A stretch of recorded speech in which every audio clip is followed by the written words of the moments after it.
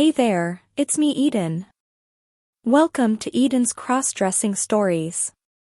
Today I'm going to share with you a crossdressing story called Wife Feminized Ungrateful Husband Part-10. So, if you're new to the channel, then please consider subscribing to get a new story every day. And please support my work on Patreon and get early access of the content. Patreon.com/Eden07. Link in the comment, thanks. His mind was accepting what was happening to his body so easily because I was playing subliminal tapes that Barbara had gotten me from a psychologist friend of hers on dealing with acceptance of one's role in life as a woman. I'm telling you, it was beautiful. He never knew what hit him. He became more feminine every day and loved every minute of it. He really didn't have a choice.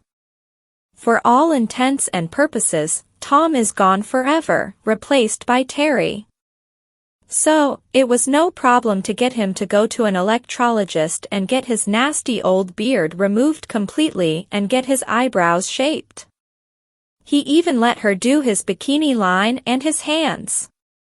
By this time, she was going to the beauty parlor and we had 2 holes pierced in each ear and permanent eyeliner done.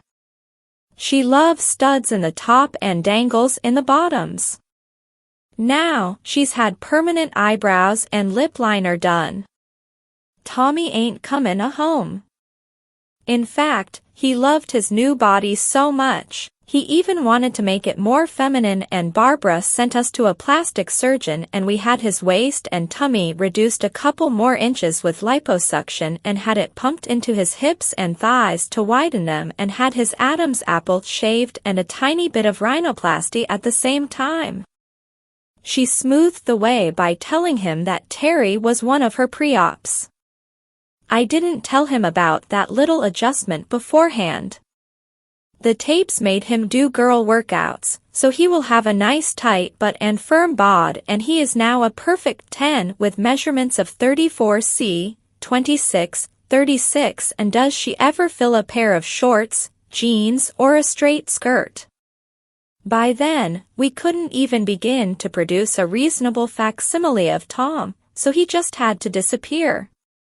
We toyed with killing him, but that would have killed the business too, so we just went the usual marital route and got divorced, leaving Tom to disappear and Terry to surface as his sister. The only way I could explain Tom's absence was finally to tell everyone that we were divorced and it didn't look like we would be getting back together. Of course, we have found other ways to get together. Everyone has seemed to accept this now, including me. My conscience did have a twinge or two, but when I realized how much he was enjoying becoming a girl, I stopped chiding myself, started being happy for him and just accepted his fate. Maybe he was really meant to be a girl. Terry really is very pretty. Now, everybody in the neighborhood knows that I live with Tom's sister, Terry. His mind couldn't help itself with the chemical and psychological conditioning, and his body was now quite a knockout. Fairly soon in his therapy he began asking me if he could, borrow a nightie because his breasts were so sensitive after the first couple months, and I agreed, naturally. We got to the nightie part pretty early on too, said Karen. Oh, really? That's interesting. Their nipples do get tender, poor darlings. And then I suggested that he start taping his nipples down with band-aids during work because they were erect all the time, but he didn't like that, so if he liked my nylon gown so much, why not begin wearing nylon panties and a teddy under his work clothes? He accepted the idea without question.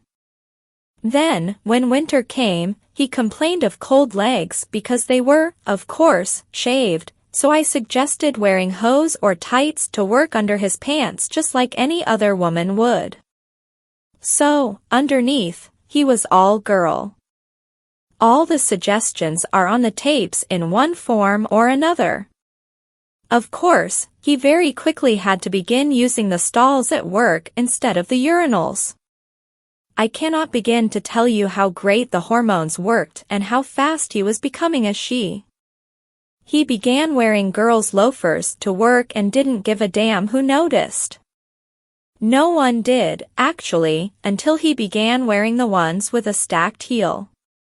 Then they noticed. And then he found a pair of cute black and white saddle Oxfords like we used to wear.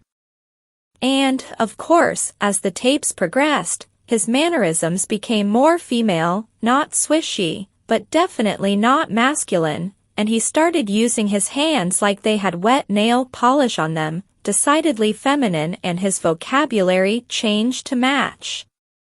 As his torso modified, he began to hesitantly express wanting more and more to wear feminine clothing and nightwear because the new persona didn't like her male clothing, and I just let that take its head and let her have anything she wanted as if it were the most natural thing in the world.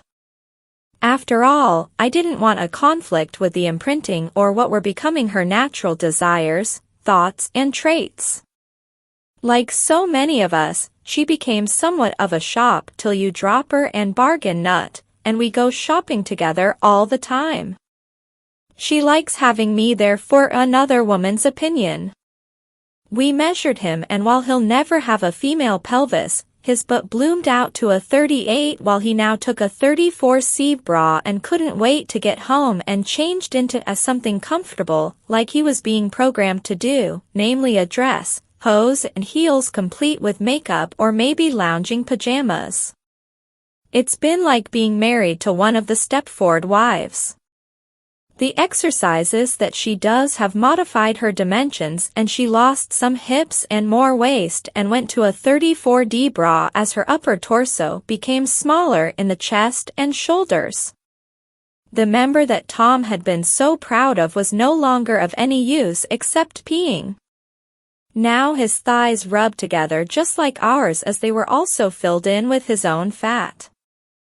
Of course, she is now also very difficult to hide, and since she is really quite attractive, we came to the conclusion that she should become Tom's first employee, since Tom was opening a branch in another city, which explained his absence from town, and we decided it would be better to begin sending her out on sales and service calls instead of him. Well, she passes like she was a girl all her life, and the men especially like the qualities of beauty and brains, at least the ones who aren't threatened by it. Oh, they don't take her quite as seriously as they would Tom, but that doesn't seem to get in the way of our paychecks. And, of course, all of her clothes have been chosen to maximize her figure, which I'm sure they also appreciate. Men are such lecherous, horny rudders. All Tom's clothing was given away long ago.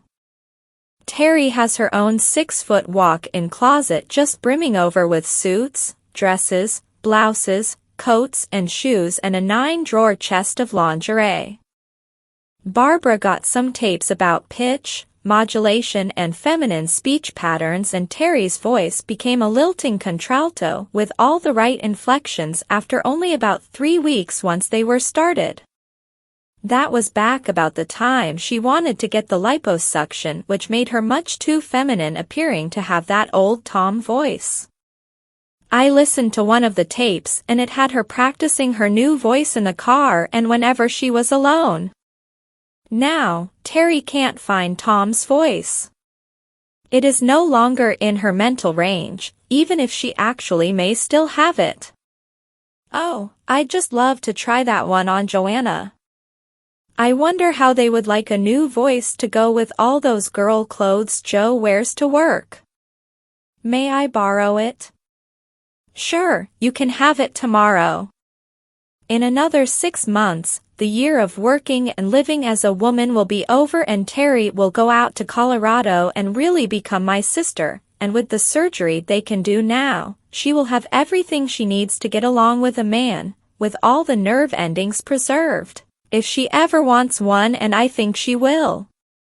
She has become a very natural woman. The girl clothes Joe wears to work? That just hit me. He's dressing like a girl going to work? Wait. You'll see, said Karen. Just then, Joe walked in the door and saw Joyce and just knew instinctively that she was the one who had helped him discover his other side. He was, of course, dressed in his usual very feminine man-tailored best feminine suit with flats, and this did not escape Joyce's keen eye. In fact, she couldn't help telling him how nice he looked. They exchanged pleasantries and he could see they were in the middle of something, and so excused him/herself to the bedroom and safety, or so he thought. Meanwhile, downstairs, Karen was about to drop the bomb. That's all for now. See you in the next video. Till then, take care. Oh yes, next part of this series will be published soon. So, please subscribe to my channel. And to get early access of the content, visit my Patreon page. patreon.com/Eden07. Link in the comment and description.